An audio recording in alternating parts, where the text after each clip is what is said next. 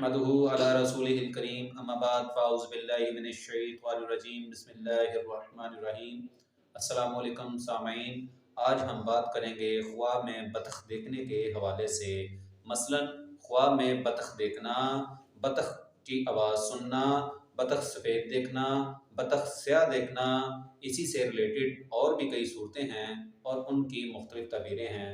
अगर आप इन सब सूरतों की ताबीरें जानना चाहते हैं तो हमारी वीडियो को एंड तक लाजम देखें, और अगर आपने अभी तक हमारे channel Islami information with Abid को सब्सक्राइब नहीं किया तो इसे सब्सक्राइब कर लें और बेल आइकन को ऑल पर प्रेस कर लें ताकि हमारी आने वाली हर वीडियो सबसे पहले आपको मिल सके। तो चलिए शुरू करते हैं अपने आज के मौजू यानी कि ख्वाब में बतख देखने के हवाले से। ख्वाब में बतख देखना ये माल और दौलत नेमत हासिल होने की अलामत है। ख्वाब में बतख बोलती देखना ये मुसीबत और आफात आने की अलामत है। ख्वाब देखने वाले को चाहिए कि इस्तिग़फ़ार की कसरत करे, सदका दे, क्योंकि सदका आने वाली मुसीबतों और बलाओं को टालता है।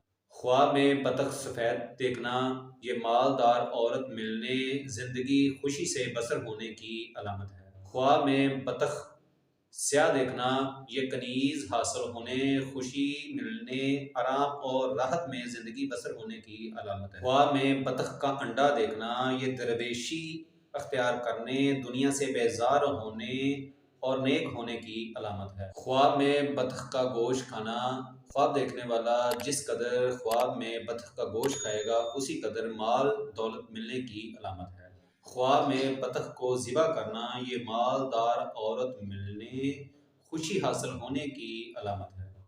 ख्वाब में बतख की आवाज़ सुनना ये ख्वाब देखने वाले के अहले खाना में से किसी पर मुसीबत आने की अलामत है। ख्वाब देखने वाले को चाहिए कि इस्तिग़फ़ार की कसरत करे और सदका दे, क्योंकि सदका आने वाली मुसीबतों और बलाओं को टालता है। जज़ाकल्लाहु खैर। अस्सलामु अलैकुम व रहमतुल्लाह।